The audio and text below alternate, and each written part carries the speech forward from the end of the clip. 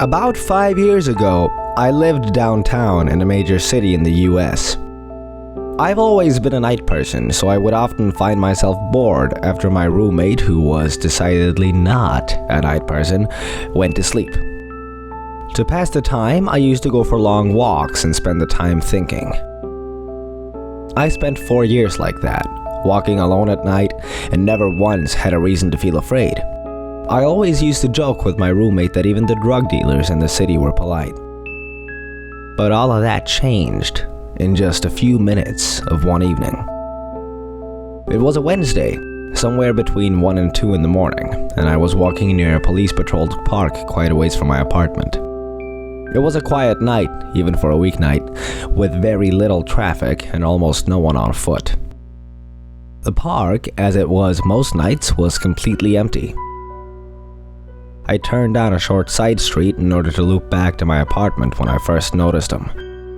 At the far end of the street on my side was the silhouette of a man dancing. It was a strange dance, similar to a waltz, but he finished each box with an odd forward stride. I guess you could say he was dance walking, headed straight for me. Deciding he was probably drunk, I stepped as close as I could to the road to give him the majority of the sidewalk to pass me by. The closer he got, the more I realized how gracefully he was moving. He was very tall and lanky and wearing an old suit. He danced closer still until I could make out his face. His eyes were open wide and wild, head tilted back slightly, looking off at the sky. His mouth was formed in a painfully wide cartoon of a smile. Between the eyes and the smile, I decided to cross the street before he danced any closer. I took my eyes off him to cross the empty street. As I reached the other side, I glanced back and then stopped dead in my tracks. He'd stopped dancing and was standing with one foot in the street, perfectly parallel to me. He was facing me, but still looking skyward, smile still wide on his lips. I was completely and utterly unnerved by this. I started walking again, but kept my eyes on the man. He didn't move. Once I'd put about half a block between us, I turned away from him for a moment to watch the sidewalk in front of me. The street and sidewalk ahead of me were completely empty. Still unnerved, I looked back to where he'd been standing to find him gone. For the briefest of moments, I felt relieved until I noticed him.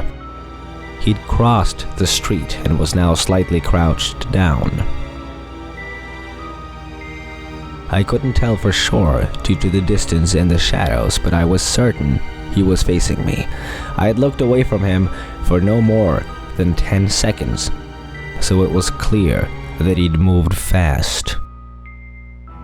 I was so shocked that I stood there for some time, staring at him, and then he started moving toward me again. He took giant, exaggerated, tiptoed steps, as if he were a cartoon character sneaking up on someone. Except he was moving very, very quickly.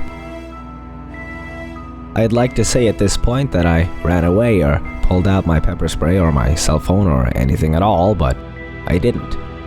I just stood there, completely frozen, as the smiling man crept towards me. And then he stopped, again, about a car length away from me, still smiling a smile, still looking to the sky. When I finally found my voice, I blurted out the first thing that came to my mind. What I meant to ask was, "What do you want?" in an angry, commanding tone. What came out was a whimper. Regardless of whether or not humans can smell fear, they can certainly hear it. I heard it in my own voice, and that only made me more afraid, but he didn't react to it at all. He just stood there, smiling. And then, after what felt like forever, he turned around, very slowly, and started dance walking away just like that.